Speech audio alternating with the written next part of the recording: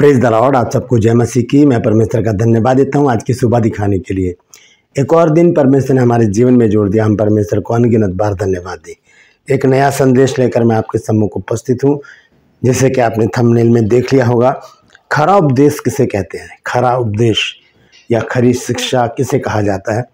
आज इस विषय पर हम बातचीत करेंगे। वचन से देखेंगे कि इसका अर्थ क्या है और लोग किस तरह से खरी शिक्षा कह के लोगों को बरगला रहे हैं, उन्हें भटका रहे हैं प्रभु के रास्ते से और अपने ऊपर दंड लेकर आ रहे हैं।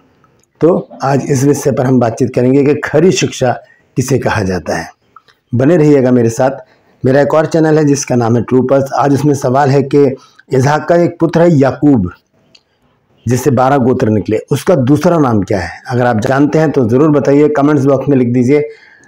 अगर नहीं तो डिस्क्रिप्शन में जाइए, वहाँ पर आपको आज के वीडियो का लिंक मिलेगा, उसे क्लिक करके जान लीजिए कि उसका दूसरा नाम क्या है। Praise the Lord. मेरे साथ मेरी मुहिम में शामिल हो जाइए। एक जिद है सच को फैलाने की।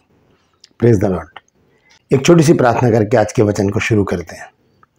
प्रभु जी, मैं धन्यवाद देता हूँ आज की सुबह दिखाने के लिए और विनती करता हूँ प्रभु जी, आज के इस वचन को शेयर करने में मेरी मदद सहायता कर। मेरे होठों को, मेरे दिल दिमाग को छूकर ब्लेस कर। मेरी आत्मा और मेरा शरीर तेरे ही कब्जे में रहे, ताकि बोलने वाला मनुष्य नहीं बल्कि तेरा आत्मा हो। जो भी गूढ़ भेद की बातें आज के इस वचन में छिपी है, वह हम पर प्रकट करना। जितने भी लोग इस वचन को देख रहे हैं, सुन रहे हैं, उन सब पर मैं तेरी आशीष बोलता हूँ। हर एक को आशीषित कर। हर एक की रोग बीमारी को, चिंता को, परेशानी को अपने सामर्थ्य नाम के द्वारा दूर कर दे। हर एक घर से लड़ाई झगड़े, तफरके, मनमुटाव, भूत प्रेत, जादू टोने, तंत्र मंत्र, बीमारियां, भटकती आत्मा, शराब बंधन, पाप अपने सामर्थ्य नाम के द्वारा दूर कर दे। बच्चों को, अपने बच्चों को प्रभु संतान की आशीष दे। बेरोजगारी दूर कर और प्रभु जी कर्जे दूर कर और प्रभु जी नशा हर एक घर से दूर कर दे। धन्यवाद देता प्रभु, तूने मेरी प्रार्थना को सुन लिया। यीशु के नाम से मांगते हैं, आमीन। Praise the Lord. तो आइए आज के इस संदेश को हम शुरू करेंगे। आज का जो संदेश है वो खरे उपदेश के विषय में है कि खरा उपदेश क्या होता है। एक सवाल है बहुत बड़ा और बहुत से यूट्यूब पर, फेसबुक पर बहुत से लोग इस बात का दावा करते हैं कि ये खरा उपदेश है, लेकिन उसकी हकीकत क्या है। बाइबल किसे खरा उपदेश मानती है। देखिए, प्रकृति का नियम है बदलाव। क्योंकि हम देखते हैं, अभी कुछ दिन पहले सर्दियां थी तो हम जैकेट पहनकर और ब्लेज़र पहनकर, सर पे टोपी बांधकर, मफलर डालकर चलते थे। मौसम बदला, अब गर्मी आ गई, अब ओनली शर्ट, सिर्फ शर्ट पहनकर हम खड़े हैं। तो ये है प्रकृति का नियम, बदलाव। लेकिन जो बदलता नहीं है ना, वो पत्थर होता है। वर्षों तक वहीं पड़ा रहेगा, वो बदलेगा नहीं। अगर मनुष्य अपने आप को नहीं बदल रहा है तो वो पत्थर है। मनुष्य को भी अपने आप को बदलना होगा, क्योंकि परमेश्वर कभी बदलता नहीं, लेकिन वो चाहता है कि मनुष्य अपने आप को बदले। खरा उपदेश इसी से संबंधित है। तो हम देखते हैं, सबसे पहले हम निकालेंगे गलातियों की पुस्तक 1 अध्याय 9 और 10 पद, उसका देखेंगे। वहां पर क्या लिखा है। संत पौलुस के ये बोल है। यह लिखा है, जैसा हम पहले कह चुके हैं वैसा ही मैं अब फिर कहता हूं कि सुसमाचार को छोड़ जिसे तुमने ग्रहण किया है, यदि कोई और सुसमाचार सुनाता है तो वो श्रापित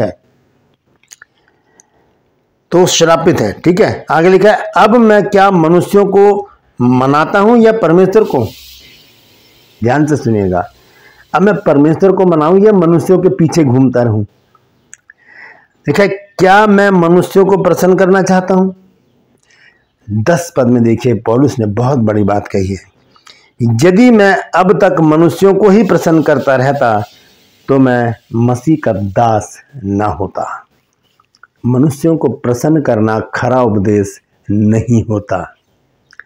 खरा उपदेश नहीं होता। खरा उपदेश क्या होता है। हम देखते हैं कि लोग कलीसिया से चिकनी चुपड़ी बातें करते हैं। पास्टर लोग चिकनी चुपड़ी बातें करते हैं, उन्हें अपनी ओर खींचना चाहते हैं। दूसरे कलीसिया के लोगों को चाहते हैं कि वो हमारे पास आ जाएं। वो तो आ जाएंगे आपके पास, लेकिन जो पास्टर, जिन पास्टर ने उस कलीसिया के जो लोग आपके पास आ गए, उसके जीवन में जो मेहनत की है, घुटने पे आकर जो प्रार्थना की है, रातों को जाग जाग कर उनके लिए जो प्रार्थना की है, उन्हें शैतान के चंगुल से निकाल कर एक ऊंचे स्थान पर बैठाने का प्रयास किया है परमेश्वर की सहायता से, तो उसके लिए क्या परमेश्वर चुप रहेगा? नहीं। परमेश्वर अगर देखेगा कि कलीसिया के लोग चले गए तो वो परमेश्वर और भी लोगों को अपने दास के पास भेजेगा। दोस्तों, कुछ लोग ऐसे होते हैं कि वो जो उनके पास हैं उनसे ही संतुष्ट नहीं होते, वो चाहते हैं कि और भीड़ बढ़े, और भीड़ को बढ़ाना चाहते हैं। इसलिए क्या करते हैं, दूसरी कलीसियाओं में सेंध लगाते हैं, चिकनी चुपड़ी बातें करके। पौलुस ने सच कहा है कि मैं मनुष्यों को प्रसन्न करने के लिए परमेश्वर का काम नहीं करता कि मैं चिकनी चुपड़ी बातें करूं। कल एक भाई ने मुझे वचन में लिखा, कमेंट्स में लिखा कि आपको शुरू से बाइबल पढ़नी चाहिए, आपको कुछ नहीं पता है। तो मुझे लगा कि उन्हें कोई बात बुरी लग गई है। तो अच्छी बात है, यही तो खरा वचन है कि इंसान को बात बुरी लगे। खरा वचन कहते किसे हैं? खरा वचन होता है कि हमारा जीवन बदले। देखिए, कलीसिया बदलना या पास्टर को बदलना खरा वचन नहीं होता। खरा वचन वो नहीं होता। खरा उपदेश होता है वो जीवन को बदलता है, विचारों को बदलता है, चाल चलन को बदलता है, हमारे स्वभाव को बदलता है। इसे कहते हैं खरा उपदेश। खरा उपदेश कलीसिया बदलने के लिए नहीं कहता। खरा उपदेश पास्टर बदलने के लिए नहीं कहता। आप जिस पास्टर के पास हैं, आप उसके साथ जुड़े रहिए। हाँ, ये बात अलग है कि उस चर्च की गतिविधियां अगर अलग हैं, गलत हैं, आपको दिख रहा है कि पास्टर किसी व्यभिचार में पड़ गए हैं या किसी लालच में पड़ गए हैं या चर्च को छोड़कर दूसरी जगहों में जाकर धन कमाने का प्रयास कर रहे हैं, तो वो चीज़ अलग हो जाती है। लेकिन किसी दूसरे पास्टर के कहने पर आप अपने चर्च को छोड़ रहे हैं, अपनी कलीसिया को छोड़ रहे हैं, तो ये चीज़ बाइबल नहीं बताती है। यीशु मसीह ने क्या कहा? परमेश्वर से जब प्रार्थना की तो कहा कि तूने मुझे जितने दिए थे उनमें से मैंने एक को भी नहीं खोया, जबकि उसमें यहूदा इस्करियोती भी था। यहूदा इस्करियोती भी था उनमें। तो कहने का मतलब यह है कि खरा उपदेश कहते किसे हैं, आज हम इस बात पर गौर करेंगे। हम देखेंगे इसके विषय में संत पौलुस ने क्या कहा है। तीतुस की एक पुस्तक है नया नियम में, उसमें संत पौलुस कहते हैं 2 अध्याय में, यहां पर पता चलता है कि खरी शिक्षा किसको सुनानी चाहिए और खरी शिक्षा है क्या। यहां लिखा है 2 अध्याय पहले पद से और आखिरी पद तक पढ़ूंगा मैं। पूरा वचन मैं आज स्क्रीन पर नहीं दे रहा, सिर्फ यहां पर रेफरेंस लिख रहा हूं, आप पढ़ लीजिएगा। यहां लिखा है, पर तू ऐसी बातें कहा कर जो खरे उपदेश के योग्य हो। संत पौलुस लिख रहे हैं यहां पर तू ऐसी बातें कहा कर जो खरे उपदेश के योग्य हैं। अब यहां पर सुनिए, ध्यान से सुनिएगा, खरा उपदेश कहते किसे हैं। अर्थात बूढ़े पुरुष सचेत और गंभीर और संयमी हों, उनका विश्वास और प्रेम और धीरज पक्का हो। बूढ़े पुरुषों को खरा उपदेश देने के लिए कहा जा रहा है, ना कि किसी पास्टर को खरा उपदेश, क्योंकि उनका जीवन बदलना चाहिए। उनकी कलीसिया या पास्टर बदलने के लिए खरा उपदेश नहीं दिया जा रहा। लोगों का जीवन बदले, परमेश्वर ये चाहता है। वचन लोगों का जीवन बदलता है, उनके चाल चलन पर दृष्टि करता है। जहां पर थे वो पहले किसी गलत जगह पर गंदगी में, वहां से निकल कर बाहर आना। ये नहीं कि चर्च में अगर हम जाते हैं, कलीसिया में अगर हम जाते हैं, किसी मीटिंग में अगर हम जाते हैं, किसी पास्टर से अगर हमारा संबंध है, संपर्क है, तो इसका मतलब हम परमेश्वर के वचन को सुनते हैं और उसे मानने का प्रयास भी करते हैं, उस पर चलने की कोशिश भी करते हैं।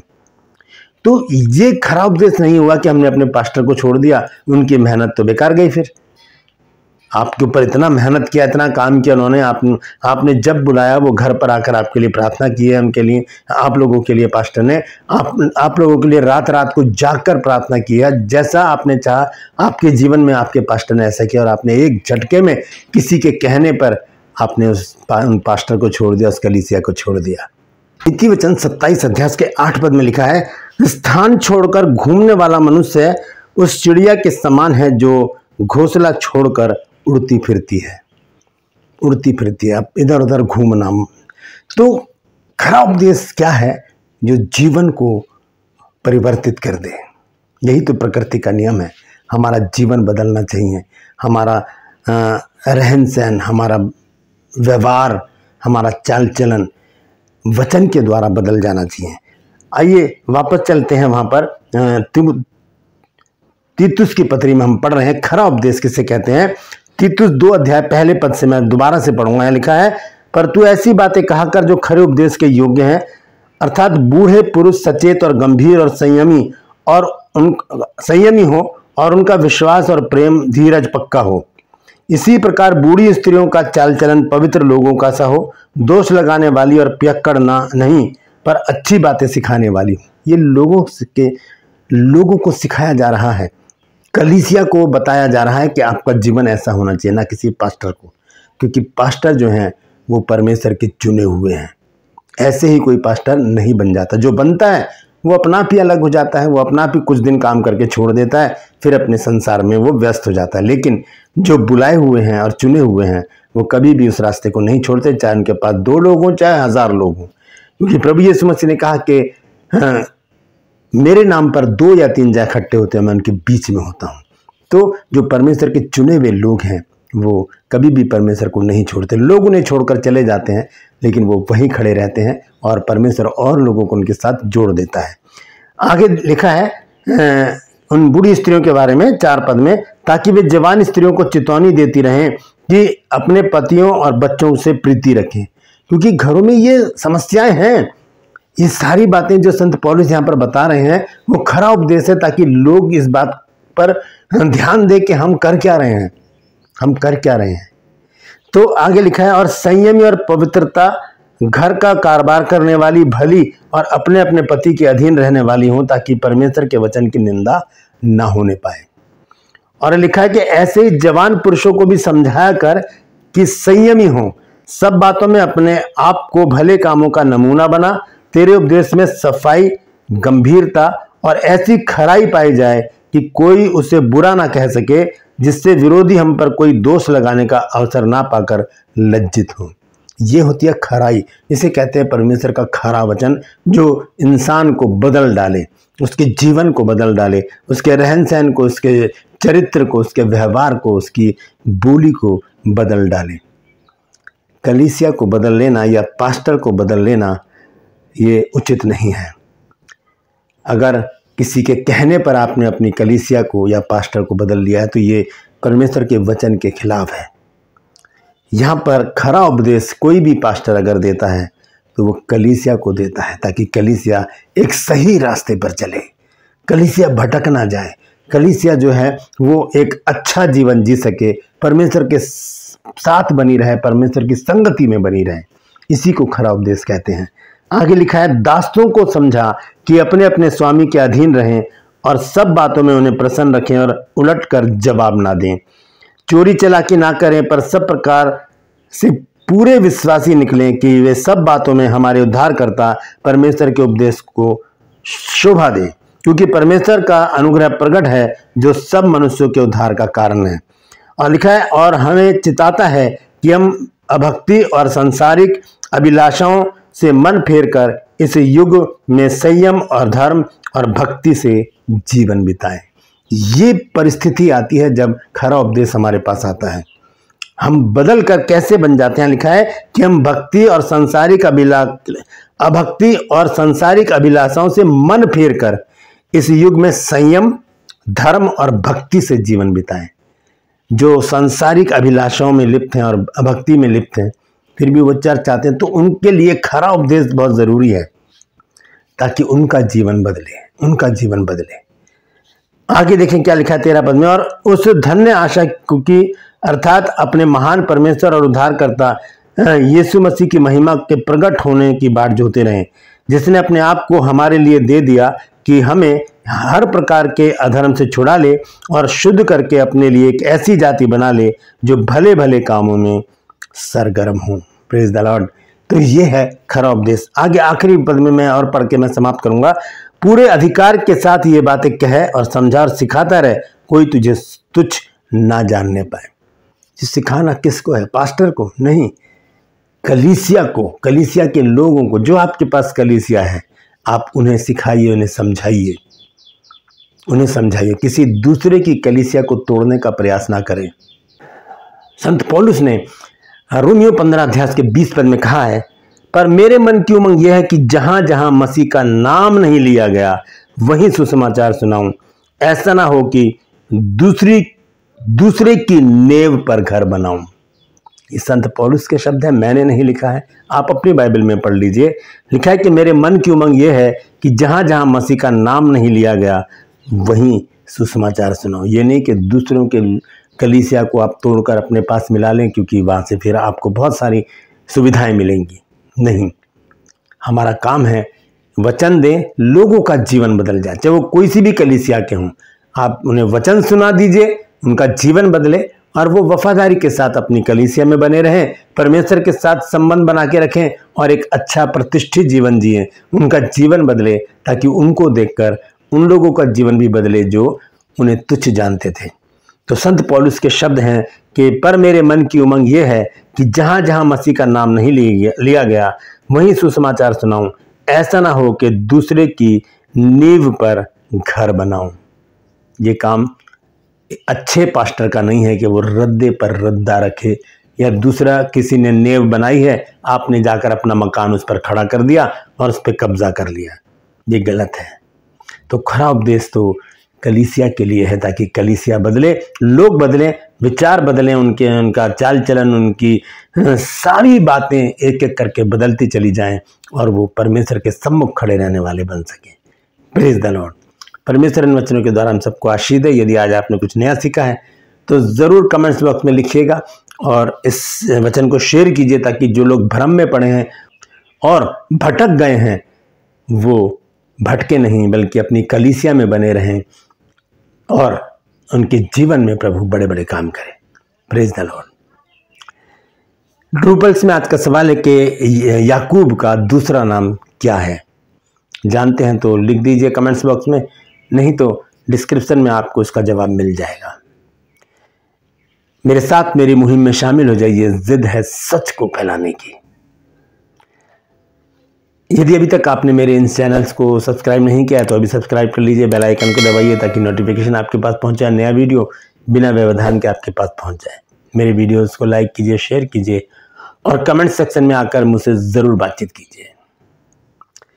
आज के लिए बस इतना ही, फिर मिलूंगा एक नए संदेश के साथ, एक नया वीडियो लेकर। तब तक के लिए मुझे इजाज़त दीजिए, लेकिन अपना और अपनों का ख्याल रखिए और किसी के भी भरमाने में ना आइए। जहां पर है वहीं खड़े रहिए, वहीं से परमेश्वर आपको आशीषित करेगा। Praise the Lord.